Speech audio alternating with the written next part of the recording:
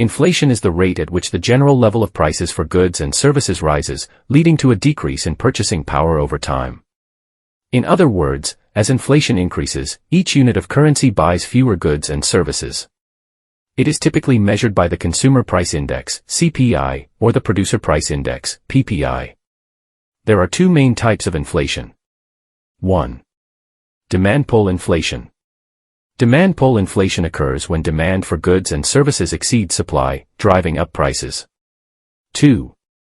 Cost push inflation. Cost push inflation happens when the costs of production increase, for example, wages and raw materials, leading businesses to raise prices to maintain profit margins.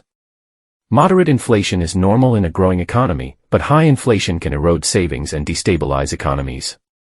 Central banks, like the Federal Reserve in the U.S., manage inflation through monetary policy, adjusting interest rates and controlling the money supply.